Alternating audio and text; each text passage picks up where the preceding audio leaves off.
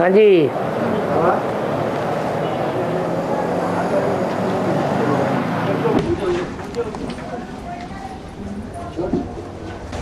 नजदीकी मिनी मधुबन में का स्टेशन है नजदीकी मिनी मधुबन में, जैसे आप बेंगलोर से मैसूर आया अनंतपुर नजदीक नजदीक जितना मिनी मधुबन में कितने पार्सल है तो आप क्लास करने को जा सकते हैं।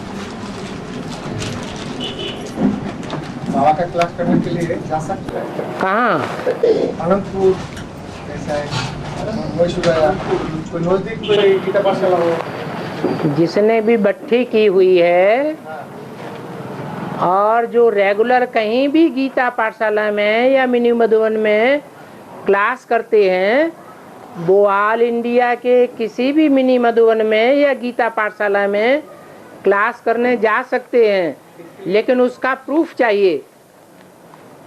तो अपने क्लास टीचर से लिखवा के ले जाइए। और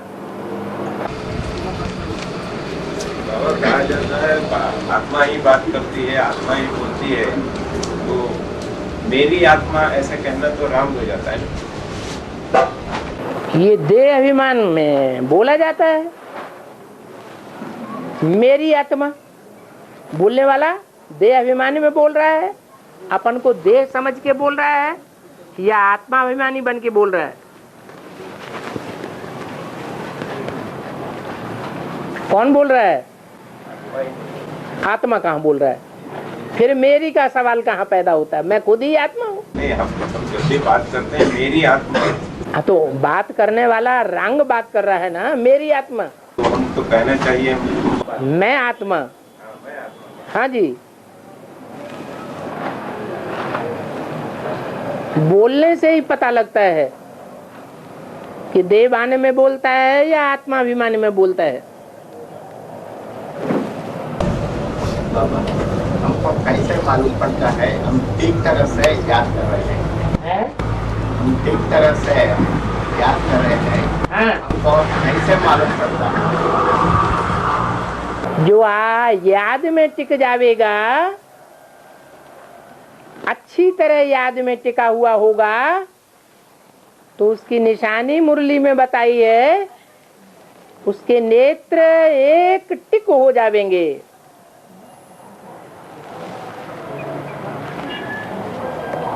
जैसे लौकिक दुनिया में भी कोई गहरी याद में होता है,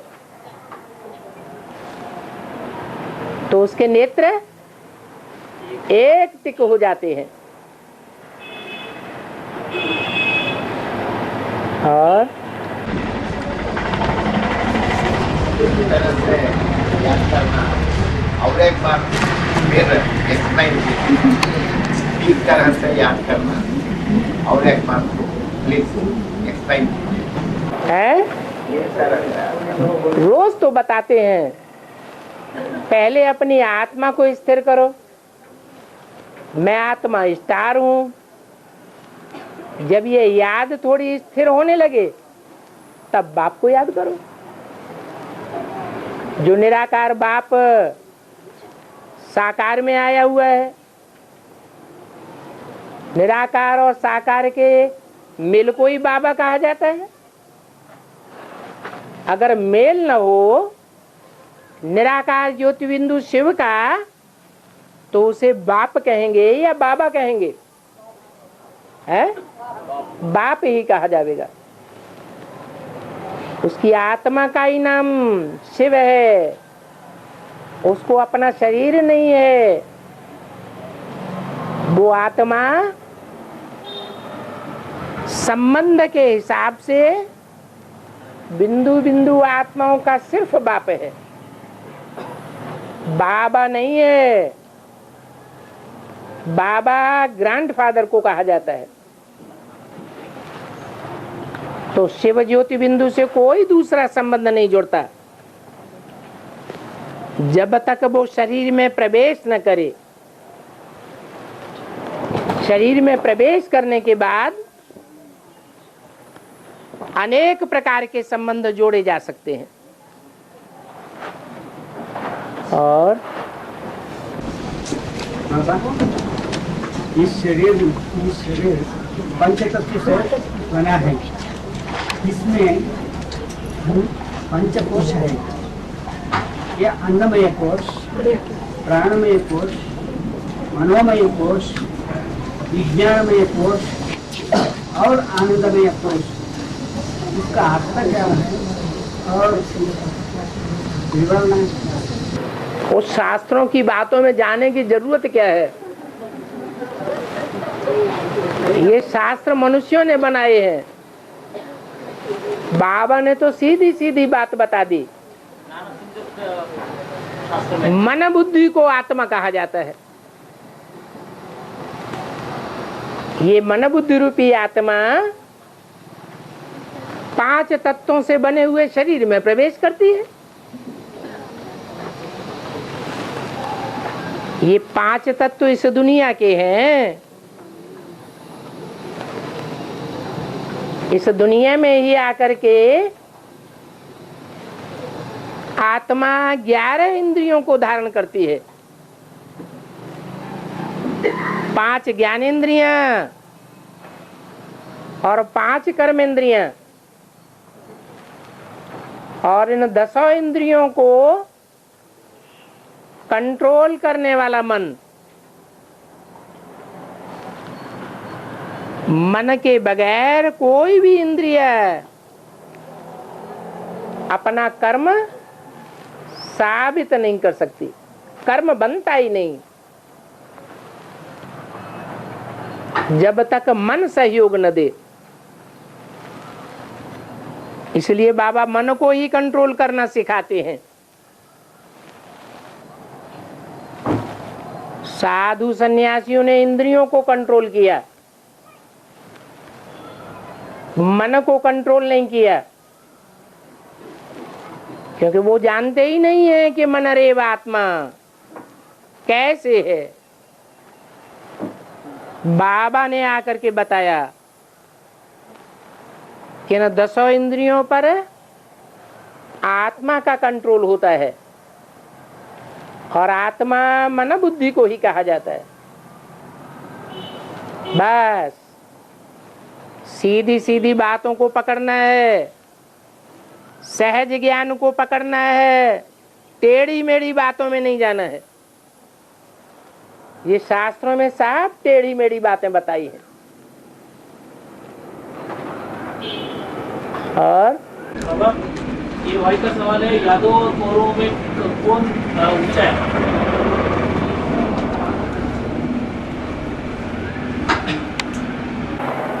यादव किसके बच्चे हैं? कौरव किसके बच्चे हैं? यादवों का हेड है शंकर। यादव कृष्ण के बच्चे। जो यादव हैं, जो कौरव हैं, वो दोनों ही देह अभिमानी हैं या आत्मा अभिमानी हैं? दोनों ही देह अभिमानी हैं। और देह अभिमानियों की पैदाइश किससे होगी? आत्मा अभिमानी बाप से होगी या देह अभिमानी से होगी? देह अभिमानी से पैदाइश होती है देह अभिमानियों की। तो देह ऊंचा, देह अभिमान ऊंचा या आत्मा ऊंची, आत्मा अभिमान ऊंचा? आत्मा तो बाप है आत्मा अभिमानी, सदा सर्वदा का आत्मा अभिमानी। और रावण है देह अभिमानी, सदा सर्वदा का देह अभिमानी है या आधा कल्प का देह अभिमानी है? आधा कल्प का देह अभिमानी है। परंतु जो भी दुनिया में देह अभिमानी है अथवा जो भी आत्मा अभिमानी है, उन दोनों का बाप कौन है? आत्मा अभिमानियों का भी एक ही बाप है। जो आत्मा अभिमानी मनुष्य हैं और देह अभिमानी मनुष्यों का भी एक ही बाप है। कौन है? प्रजापिता। इसलिए बोला कि राम ही राम बनता है और राम ही रावण बनता है।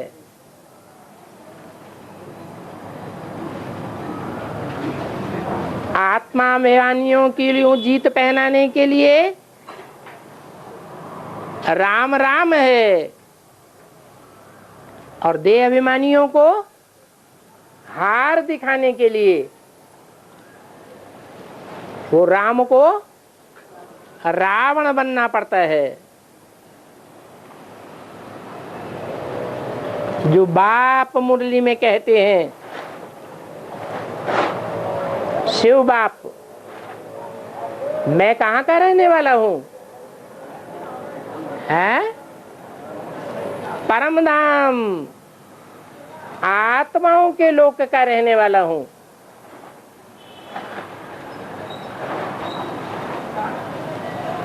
तो जो आत्माओं के लोक का रहने वाला है,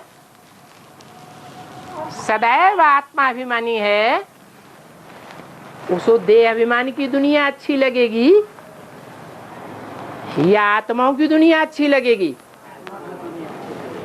इसलिए कहते हैं मुझे आना पड़ता है।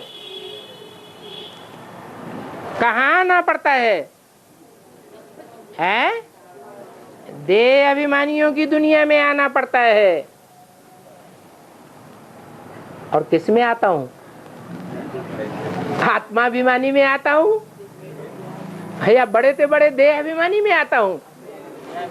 बड़े से बड़े पतित में आता हूँ या आत्माभिमानी में आता हूँ? दुनिया का जो बड़े से बड़ा पतित है, बड़े से बड़ा देह अभिमानी है, उसमें आता हूँ। और क्या करता हूँ? उस देह अभिमानी को, उस दुनिया के बड़े से बड़े कांटे को क्या बनाता हूँ? बड़े से बड़ा फूल बनाता हूँ। इसलिए पांडव किसके बच्चे हैं? है? पांडव कौन सी आत्मा के बच्चे हैं? और यादव कौरव कौन सी आत्मा के बच्चे हैं?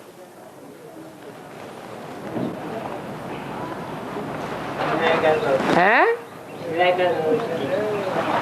पांडव हैं पंडा के बच्चे। पंडा माने रास्ता बताने वाला, सारी दुनिया को रास्ता बताता है। राक्षस हो या देवता हो या मनुष्य हो, जानवर हो या कीड़े मकोड़े की आत्मा हो, सबको रास्ता बताने वाला कौन है? कौन सी आत्मा है? जन्म मरण के चक्र में आने वाली आत्मा है या जो जन्म मरण के चक्र में कभी आती नहीं, वो आत्मा है? सब आत्माओं की सदगति करने वाला कौन है? मुक्ति देने वाला कौन है? एक ही आत्माओं का बाप है, वो पांडवों का भी बाप है। यादवों कौरवों का बाप है या नहीं है? है? नहीं है? वो शिव बाप जो ज्योति बिंदु है, जो जन्म मरण के चक्र में नहीं आता है, सदैव आत्माभिमानी है, वो पांडवों का बाप है या यादवों कौरवों का भी बाप है?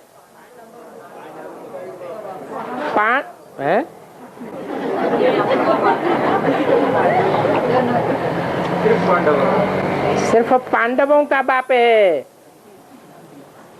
क्योंकि रचना वो है जो रचयिता के कंट्रोल में हो।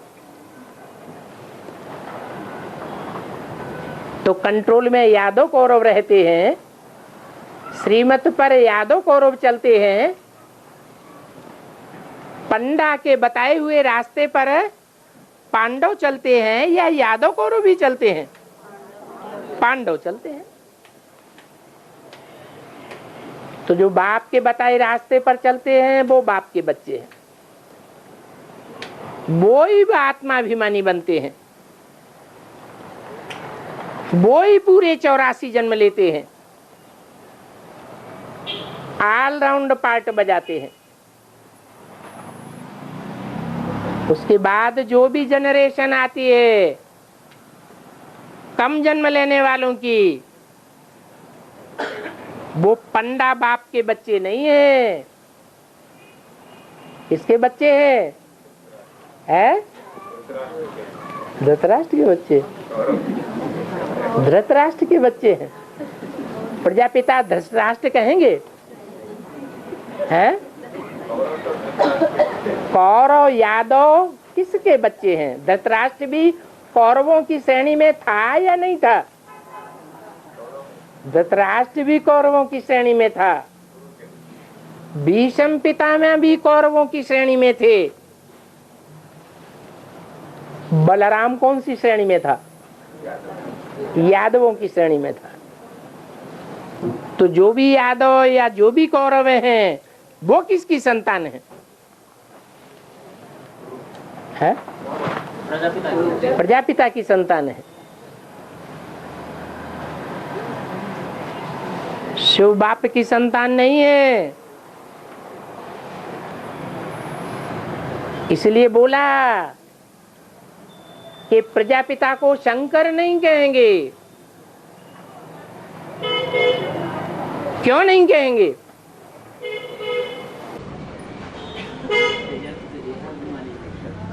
हैं?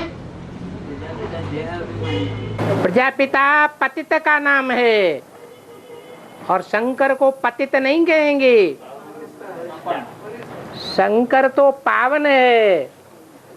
हाँ, जो पतित है वो याद के पुरुषार्थ से क्या बन जाता है? पावन बन जाता है।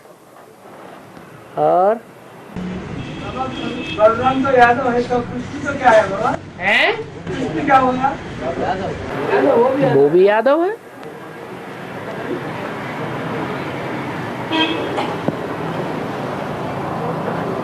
जिसको आप कृष्ण कहते हैं उसको बाबा ने क्या बताया, भूल गए? है? जिसको आपने कृष्ण कहा, कृष्ण के बारे में कथाएं सुनी हैं शास्त्रों में, उसको बाबा ने क्या बताया है? वो किसकी कथा है? हैं?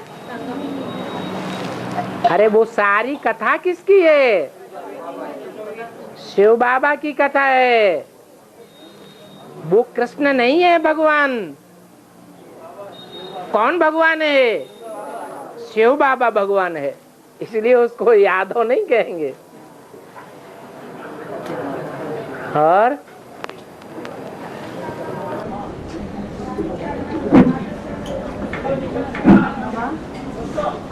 बाबा, खेती करने वाले अपने जमीन से 7-8 बार बोरवेल निकलाने पर भी पानी नहीं आई, इसलिए फिर एक बार जमीन खोदने से प्रकृति को हानि पहुंचेगी। क्या खोदना ठीक है या नहीं बाबा?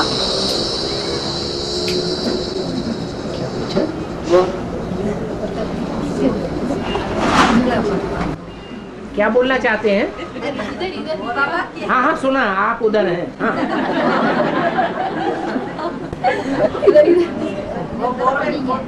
हाँ, 8-7 बार पानी नहीं निकलता। हाँ, फिर एक बार खोदने से क्या हानि पहुंच सकते हैं क्या? क्या बोल रहे? प्रकृति को नष्ट पहुंचाते हैं क्या और एक बार खोदने से? हाँ, 8 बार खोदा तो प्रकृति को नुकसान नहीं किया। फिर 8 बार खोदा तो भी नुकसान किया, और 9वीं बार खोदा जिसमें पानी निकल आया तो भी प्रकृति का तो नुकसान ही है। और सरस्वती को सफेद कमल फूल में दिखाते हैं, लक्ष्मी को लाल कमल फूल में दिखाते हैं, इसका अर्थ जो सरस्वती है वो सात्विकता की निशानी है।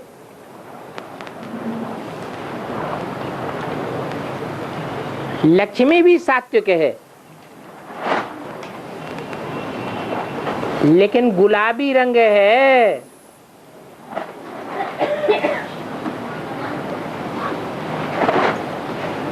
वो गुलाबी रंग कहो, पीत कमल कहो, बात एक ही हो जाती है। पीला रंग भी सत्व की सात्विकता की निशानी है।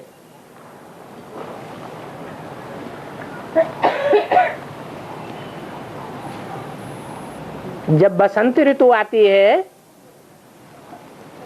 तो चारों ओर कौन सा रंग देखने में आता है?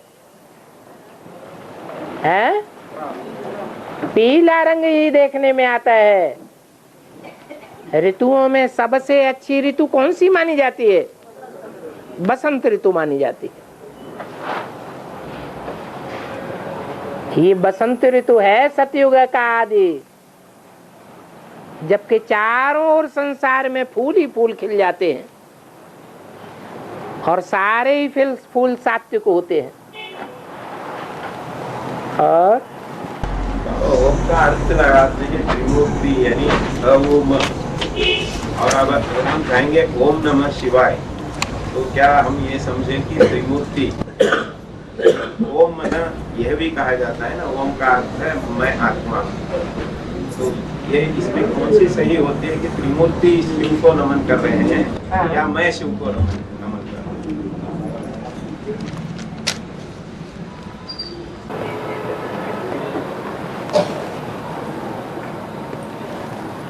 ओम वास्तव में कहा जाता है स्थापना, पालना और विनाश करने वाले को।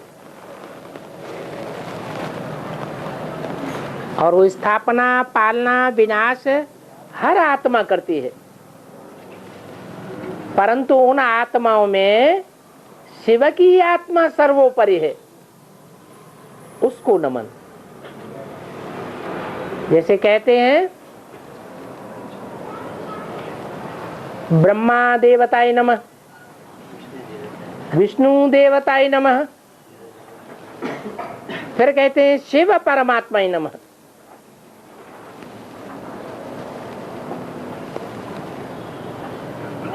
तो शिव ऊंचते ऊंच आत्मा है, स्थापनाकारी, पालनाकारी और विनाशकारी। और बाबा कहते हैं माँ को भी अडॉप्ट किया है तो ये बड़ी माँ हो गई, परंतु महिमा सारी छोटी माँ की है, इसका थोड़ा समझाएंगे? बाप ने अडॉप्ट किया है, किसके द्वारा है? ब्रह्मा के द्वारा। बाप ने अडॉप्ट किया है बड़ी से बड़ी माँ के द्वारा। माँ की विशेषता होती है सहन करना। तो जो भी मनुष्य आत्माएं हैं उनमें सबसे जास्ती किसने सहन किया? ब्रह्मा ने सहन किया। तो ये ब्रह्मा ही तुम्हारी जगदम्बा है, परंतु तन पुरुष का है। इसलिए इस ब्रह्मा के कार्य को करने के लिए किसको रखा? सरस्वती को रखा हुआ है। वो सरस्वती ही फिर कोई माता में प्रवेश करती है, उसको छोटी माता कहा जाता है। जो छोटी माता है वो ही लक्ष्मी बनती है।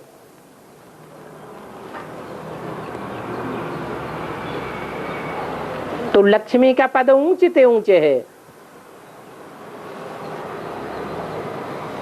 सरस्वती को ऊंचे ऊंचे नहीं कहेंगे। मनुष्य जीवन का लक्ष्य क्या है? लक्ष्मी बनना। नारी है तो लक्ष्मी बने। और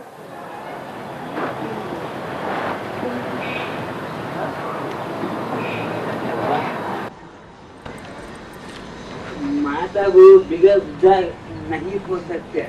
हाँ, माता गुरु में जगदम्बा या लक्ष्मी माँ दोनों में कौन सी माँ बड़ी है, बड़ा काम करती है। लेकिन माता गुरु दो होती हैं। परिवार में भी दो माताएं होती हैं। कौन कौन सी दो माताएं? छोटी माता और बड़ी माता। बड़ी माता को दादी अम्मा कहते हैं और छोटी माता को माँ कहते हैं। लक्ष्मी कहा जाता है। राज परिवारों में बड़ी माता को ऊंची गद्दी देते थे, परंतु राजकाज कौन संभालती है? बड़ी माता संभालती है या छोटी माता संभालती है? तो ज्यादा सर्विसेबल कौन हुई? परिवार की ज्यादा सर्विस करने वाली माता कौन सी हुई? छोटी माता हुई।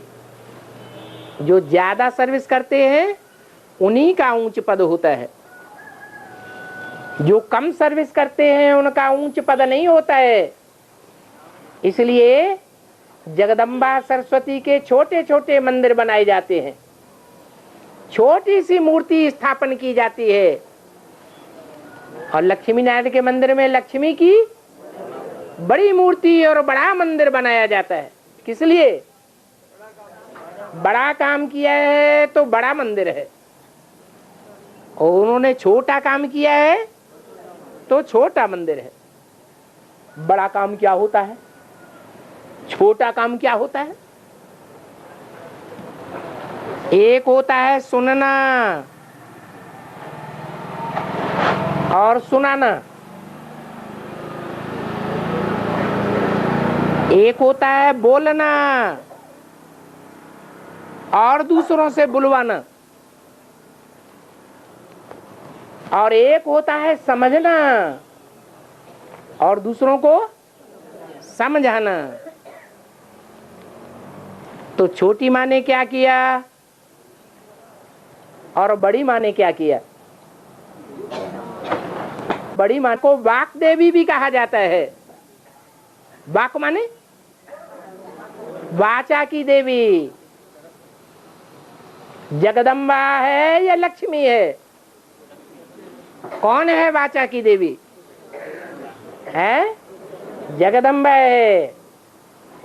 जहां बोलने की बात आती है तो बोल बोल में उससे कोई नहीं जीत सकता, परंतु क्या समझती भी है? समझती नहीं है। समझने और समझाने में लक्ष्मी आगे जाती है। इसलिए छोटी माता होते हुए भी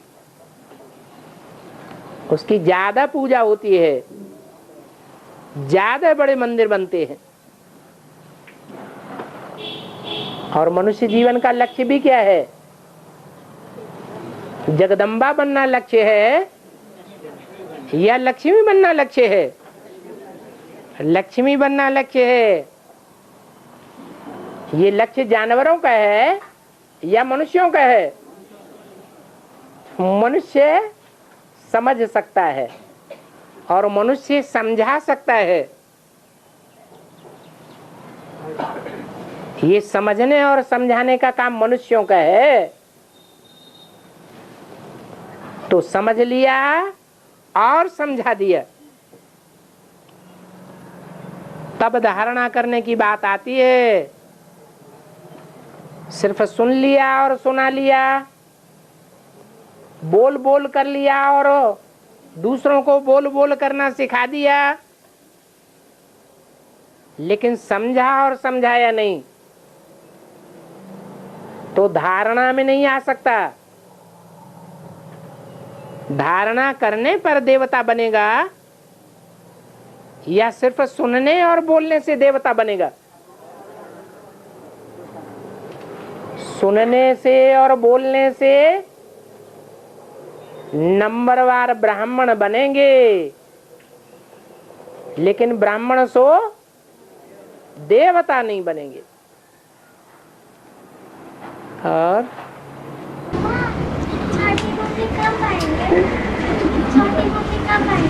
जब तुम बुलाएंगे, तुम तो बुलाते ही नहीं। हाँ, प्रभु जगदम्बा छोटी काम करती है ना, है?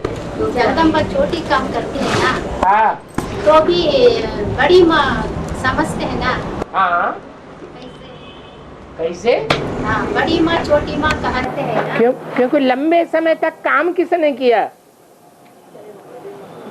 है?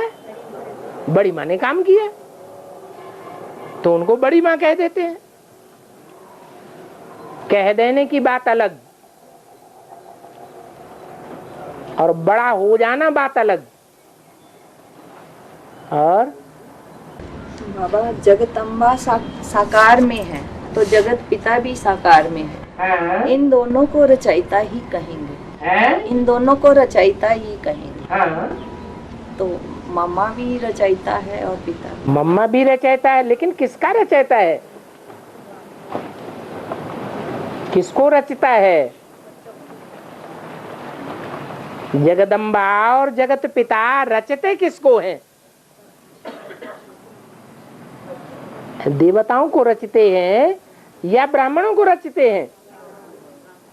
किसको रचते हैं? है? ब्राह्मणों को रचते हैं, देवताओं को नहीं रचते हैं। और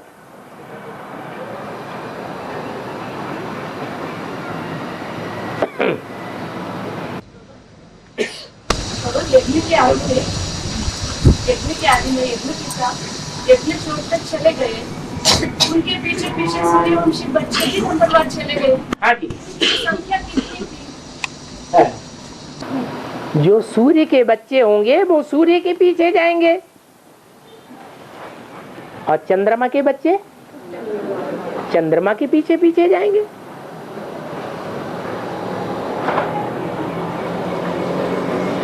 जो ज्ञान सूर्य है उनकी संख्या अनेक होती है, या जो उपग्रह चंद्रमा है उनकी संख्या अनेक हो सकती है?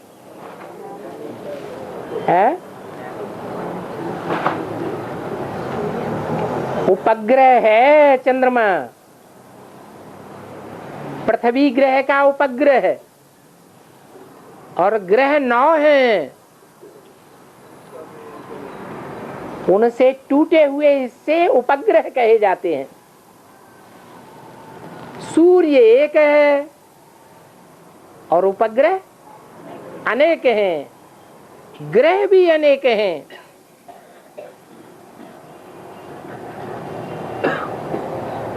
तो ताकतवर अनेक होते हैं या कम संख्या में होते हैं? तो ज्ञान सूर्य एक है, ज्ञान सूर्य के बच्चे भी थोड़े हैं। जो बहुतों की संख्या होती है वो पावरफुल नहीं होते हैं। पांडव कितने होते हैं? 5 होते हैं, और कौरव यादव ढेर के ढेर होते हैं। तो संख्या को पकड़ना है या ऊंचाई को पकड़ना है? ऊंचाई को पकड़ना चाहिए। कितने होते हैं सूर्यवंशी बच्चे? हैं? 2.25 लाख। 2.25 लाख होते हैं, क्योंकि जो 2.25 लाख होंगे वो तो चंद्रवंश से आने वाले होंगे। विजयमाला कौन से वंश से आएगी? चंद्रवंश से आएगी। उनकी संख्या कितनी होगी? 2.25 लाख होगी। और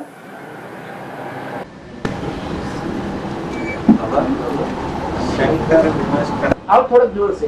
शंकर विनाश कराता है तो पाप नहीं लगता है, पर शंकर का भी पाप जो शिव है वो करता है तो दोष लग जाता है, ऐसा क्यों?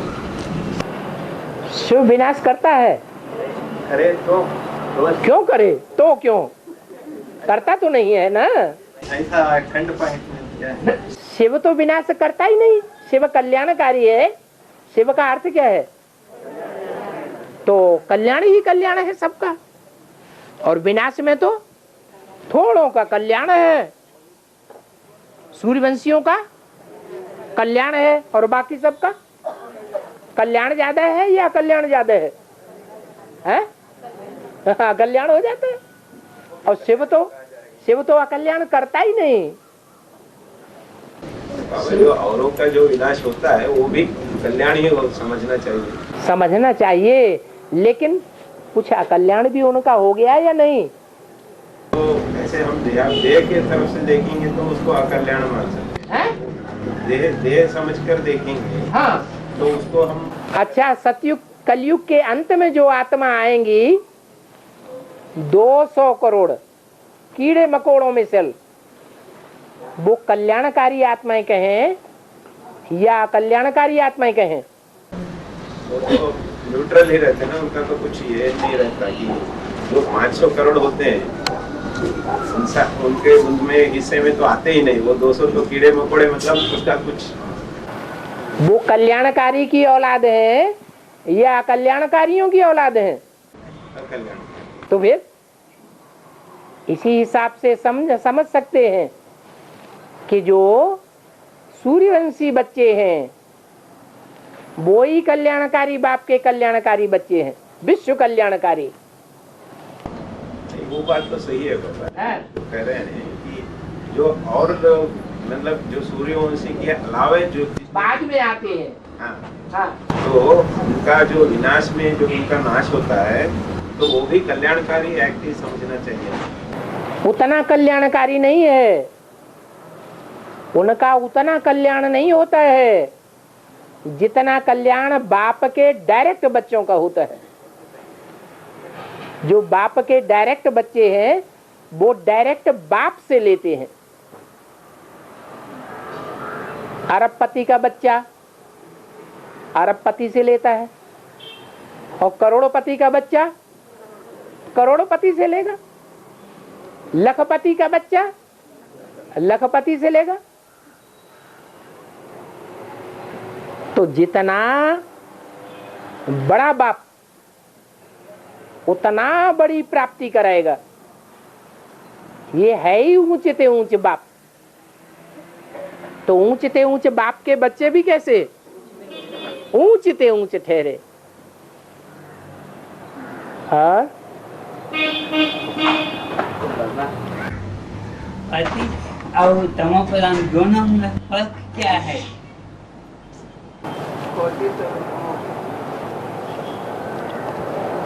जो पहली आत्मा है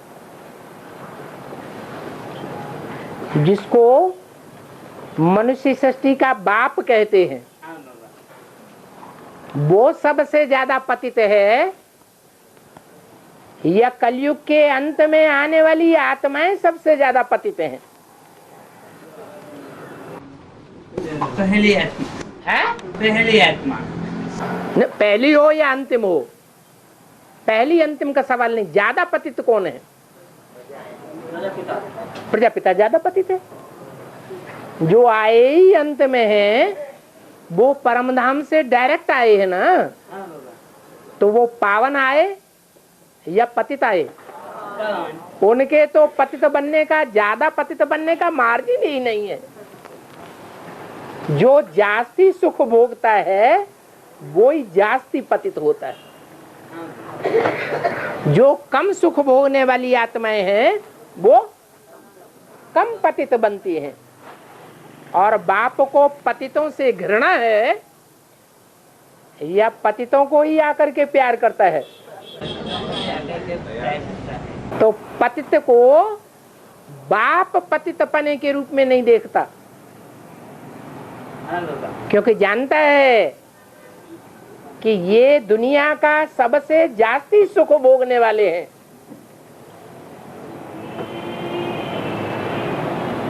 और बाप सुख का सागर है, तो किसके बच्चे हुए? सुख के सागर के बच्चे हुए। और आत्माएं जो हैं वो सुख के सागर के बच्चे नहीं है। सुख स्वरूप नदियों के बच्चे हो सकते हैं, सुख सरोवरों के बच्चे हो सकते हैं, सुख रूपी नहरों के बच्चे हो सकते हैं, पोखरों के बच्चे हो सकते हैं, गड्ढे गड़ीचियों के बच्चे हो सकते हैं, लेकिन वो तो सुख का सागर है, प्रेम का सागर है, दुख का सागर नहीं है। और मगर तमो प्रधान माना, तमो प्रधान भी सबसे जास्ती कौन बनता है? वो तमो प्रधान भी सबसे जास्ती बनता है। और जो आत्माएं कलयुग में, कलयुग के अंत में आती है, न ज्यादा तमो प्रधान बनती है, न ज्यादा सतो प्रधान बनती। कृष्ण की आत्मा है न ज्यादा सतो प्रधान बनती है और न ज्यादा तमो प्रधान बनती है, क्योंकि कृष्ण की राशि क्राइस्ट से मिलाई जाती है। जो क्राइस्ट के जीवन में है वो सारी बातें कृष्ण के जीवन चरित्र से उठाई गई है। और बाबा मगर दृष्टि के अधिक कृष्ण के साथ उठाएंगे तो मम्मी के कृष्ण प्रजापिता है ना, शास्त्रों कैसा हो सकता है?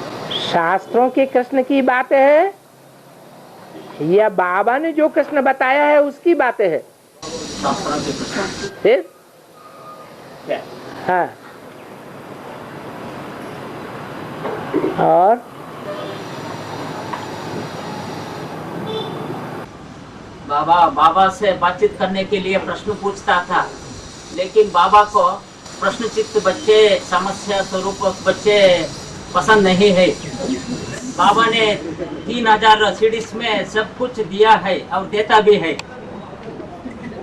बाबा ही तो सब कुछ है, इसलिए नो मोर क्वेश्चंस। जो भट्टी करने के बाद पैदा होते ही सबसे जास्ती प्रश्न करते हैं, वो ही ये बात पूछेंगे तो बाबा क्या कहेंगे? आदि सो अंत होता है।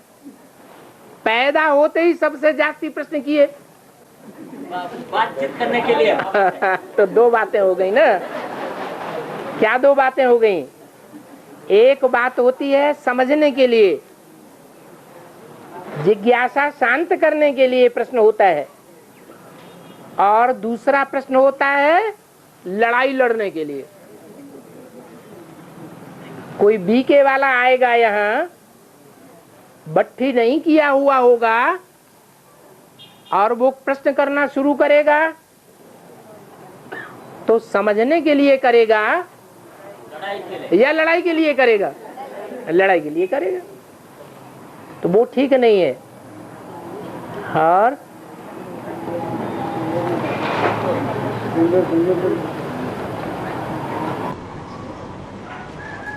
बाबा सूर्य पुत्री आया और बाबा को धोखा कर गया। हाँ।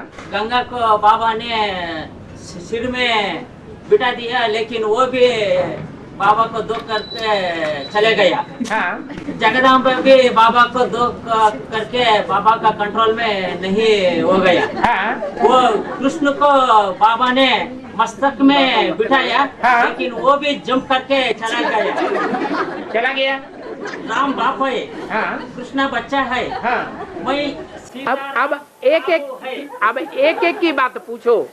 सबकी इकट्ठी मत पूछो। हाँ बोलो। राम बाप है, हाँ कृष्ण बच्चा है, कृष्ण बच्चा है, मैं सीताराम बाबू हूँ। हाँ मुझको जूते बनाकर अपने पाँव में सदाकाल के लिए पहन लो। हाँ ये बुद्धि रूपी जूते से थप्पड़ मार लेते, ये सभी कंट्रोल में आता है। हाँ क्या कहना क्या चाहते हैं, एक बात उठाओ ना। अब तुम तो ढेर सारी बातें बोल दी। कंट्रास्ट करना है तो एक एक का करो। हाँ मुझको अभी बात उठाई कि जो ज्ञान में आते हैं या एडवांस में आते हैं, उनमें गंगा को तो उठा के सर पे रख लिया, और जो शुरुआत में ज्ञान में आए, एडवांस में आए, वो पीछे रह गए। इस बात को हल करना है पहले। अरे चुप क्यों हो गए? क्योंकि जो पीछे आए हैं गंगा की तरह, वो पहले भी आ चुके हैं। जैसे गंगा पहले आई और सात्विक ज्ञान उठाया, बाद में सन्यासी हो गई। सन्यासी होने के बाद भी उसने पवित्रता को धारण किया या अपवित्र हो गई, इसलिए सर के ऊपर जाती है, अंत में आती है। लेकिन और शक्तियों के मुकाबले ज्यादा सर्विस करके दिखाती है या कम सर्विसेबल बनती है? तो ज्यादा जो सर्विसेबल बच्चे होते हैं, उन बच्चों को बाप प्यार में आकर के सर के ऊपर चढ़ा लेते हैं। तो गंगा को भी सर पर चढ़ा लिया। ऐसे ही कृष्ण की आत्मा, सारी पढ़ाई किसके लिए हो रही है? कृष्ण के लिए हो रही है। वो बच्चा बुद्धि आत्मा है। संगम युग में जब तक शरीर रहा तब तक भी बच्चा बुद्धि बनकर रही। शरीर छूटने के बाद भी समझने में और समझाने में टाइम लगता है या नहीं? टाइम लग जाता है। लेकिन जिस सेकंड ही उस आत्मा की बुद्धि में पूरा ज्ञान बैठ जाता है, तो ज्ञान संपूर्ण हो गया या आगे सुनाने की जरूरत है? संपूर्ण हो गया। वो ही संपूर्ण चंद्रमा फिर मस्तक पर नहीं बैठाया जाता। अधूरा चंद्रमा मस्तक पर बैठाया जाता है, क्योंकि बाप की आस रहती है बच्चे में। आस आज नहीं तो कल सुधर जाएगा। फर्स्ट क्लास बच्चा है। तो कृष्ण को चंद्रमा के रूप में मस्तक पर बिठाया हुआ है, और बहुत पावरफुल बच्चा है, क्योंकि बाप जानता है कि सृष्टि के आदि में यही बच्चा पहला पत्ता बनने वाला है, और यही मेरा बच्चा बनने वाला है। कि कोई दूसरा बनेगा है? तो बुद्धि में ये बात जब बैठ गई कि यही बच्चा मेरा बच्चा बनने वाला है, तो बाप उसके प्रति सारी ताकत लगाएगा या कम ताकत लगाएगा? और बच्चों के बारे में मालूम पड़ गया कि ये सब धोखेबाज हैं। क्या? सब बाप को छोड़ के चले जाने वाले हैं। माया जब फाइनल पेपर लेगी तो किसी को भी नहीं छोड़ेगी। माया सर्वशक्तिवान है। बाप जानता है कि कृष्ण बच्चा सर्वशक्तिवान नहीं है। कौन सर्वशक्तिवान है? क्यों? क्योंकि माया पहले सरेंडर होती है।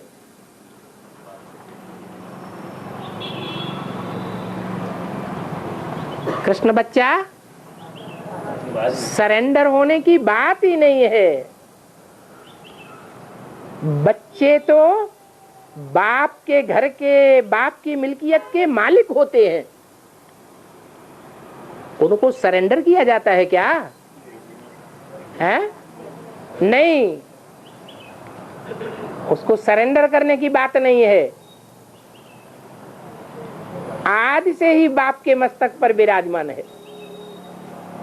बाप जानते हैं कि जब इस बच्चे की बुद्धि में बैठ जाएगा, जो भारत में हनुमान के रूप में गाया जाता है,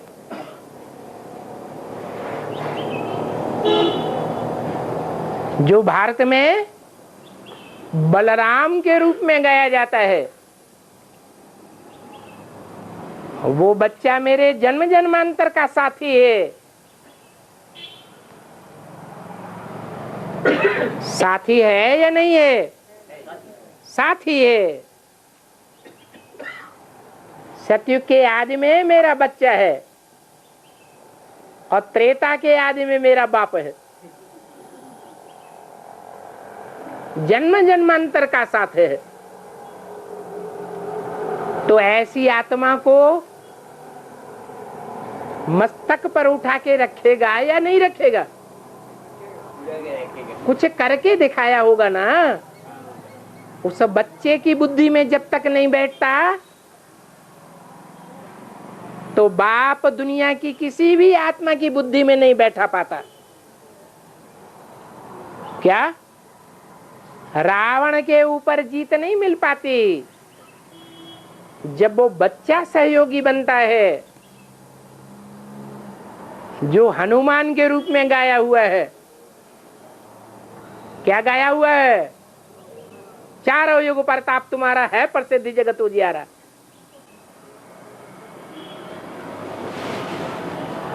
तब ही संसार में प्रत्यक्षता होती है बाप की। तो कौन सा बच्चा है वो? है जिसकी बुद्धि में पूरा ज्ञान बैठ जाता है, वो समझ लेता है गीता का भगवान मैं नहीं हूँ, गीता का भगवान शिव शंकर भोलेनाथ ही है। तो संसार में वो बाप को प्रत्यक्ष कर देता है। तो ऐसे बच्चे को मस्तक में नहीं बैठाएंगे? है? बैठाएंगे। हाँ, आदि में जो बच्चे बने थे, एडवांस ज्ञान के आदि में बच्चे तो बने थे, लेकिन थोड़े समय बच्चे बनने के बाद सारा एडवांस का पुरुषार्थ जब तक चलता रहा, तब तक विरोधी बन करके रहे। आदि में सहयोगी, तो नियम क्या है? अंत में थोड़े समय के लिए सहयोगी बने। तो मस्तक पर बैठाए जाने योग्य है? ना, चंद्रमा थोड़ा सहयोगी थोड़ा ही बनता है। वो तो बाप का पूरा सहयोगी बनेगा। जो बोला है 40 से 50 वर्ष लगते हैं तमो प्रधान से सतो प्रधान बनने में। तो उस लिस्ट में कृष्ण की आत्मा नहीं है क्या? है या नहीं है? है। बाकी तो 8 नंबर वार हैं। जो 8 नंबर वार हैं, उनमें लिस्ट आती है स्थापनाकारी और पालनाकारी। फिर तीसरे कौन बचे? विनाशकारी। उन्होंने एडवांस में ज्ञान में आने के बावजूद भी ब्राह्मण बन करके ज्यादा लंबे समय तक विनाश का कार्य किया है, विनाश की सेवा की है। तोड़ने की सेवा की है या थमाने की सेवा की है? तोड़ने की सेवा की है। बाकी आदि में जोड़ने की सेवा की थी थोड़ी। तो त्रेता युग की अंत की सीढ़ियों की राजाई, थोड़ी सी राजाई उनको मिल जाती है। उनको कहेंगे नष्ट देव। मकान बनाने वालों को ज्यादा प्राप्ति होनी चाहिए या तोड़ने वालों को ज्यादा प्राप्ति होनी चाहिए? बनाने वालों को ज्यादा प्राप्ति होनी चाहिए। तो उनको कैसे सर पर बैठा लेंगे? 8 को तो फिर भी सर पर बिठाते हैं। वो 8 की लिस्ट क्या है? जो 8 मन के जूड़े के ऊपर बैठाए जाते हैं गंगा के साथ, उनकी विशेषता ये है कि जब से एडवांस में आते हैं तब से लेकर के अंत तक की प्रत्यक्षता में बाप के तन से, मन से, धन से, समय से, संपर्क से, संबंधियों की ताकत से पूरे 100% सहयोगी बनकर देखने में आते हैं। वो कभी भी बाप का विरोध नहीं करते हैं। तो सर के ऊपर बैठने काबिल नहीं है क्या? हैं? हैं? और लोग शिव बाबा का आदि से अंत तक भक्त करते हैं। जीवात्मा है, आदि से अंत तक शिव बाबा का भक्त के रहे। वो यह शिव शक्ति। इसलिए शिव बाबा का आदि से अंत तक जो बनकर रहेंगे। क्या रहे? शिव बाबा के बन के रहे। शिव बाबा के बन के रहे। हाँ, वो ये शिव शक्ति। वो शिव शक्ति बोलना। वो शिव शक्ति मन बुद्धि से रहे या शरीर से रहे? दोनों में शिव शक्ति बोला जाता है। नहीं, तो शिव शक्ति तो शिव की शक्ति आत्मा है या कि शरीर? आत्माभिमानी शिव की शक्ति है या देह अभिमानी शिव की शक्ति है? फिर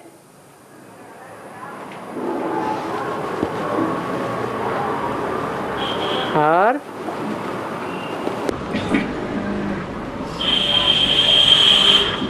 भक्ति में ये हरि भक्त और हर भक्त के हमेशा झगड़ा क्यों होते रहता है? हरि कृष्ण को कहा जाता है और हर शंकर को कहा जाता है। जो यहाँ ब्रह्मा कुमारियों में झगड़ा है और प्रजापिता ब्रह्मा कुमार कुमारियों में झगड़ा है, वो ही झगड़े की यादगार जो है भक्ति मार्ग में शूटिंग में अभी जो चलता है वो भक्ति मार्ग में शूट प्रैक्टिकल में चलता है।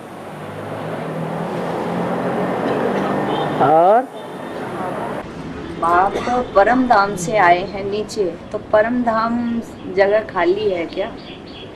परम धाम में ऐसा किसी ने पूछा मुझे। हाँ। क्या परम धाम खाली नहीं होता है? बाबा अगर बाप नीचे आए हैं, हाँ। परम धाम में भी हैं, तो क्या राइट क्या है? अभी आत्माएं नहीं आ रही हैं। बाबा की सीट, बाप की सीट, शिव बाप की जगह। शिव बाप तो आए, लेकिन और आत्माएं परमधाम में है या नहीं है?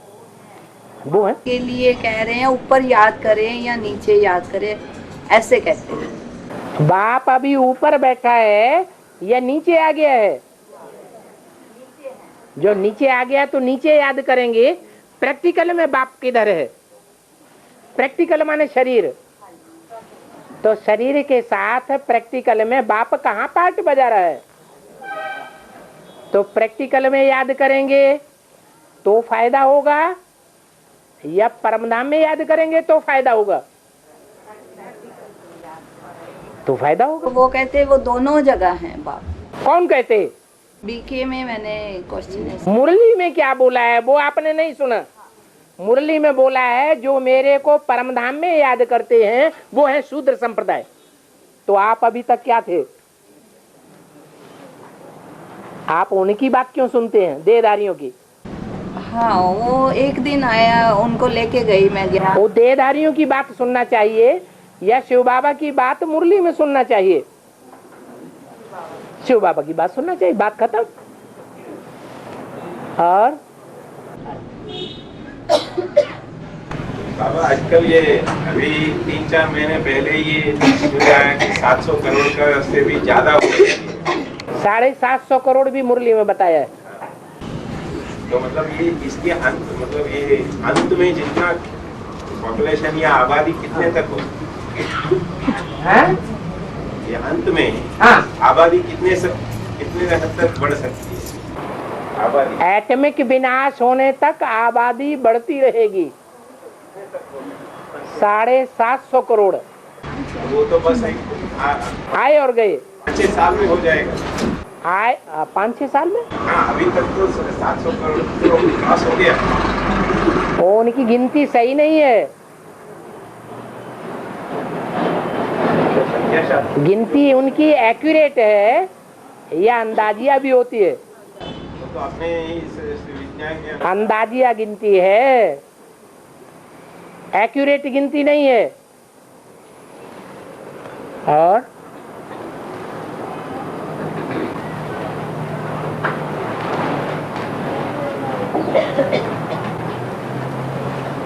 ओम शांति।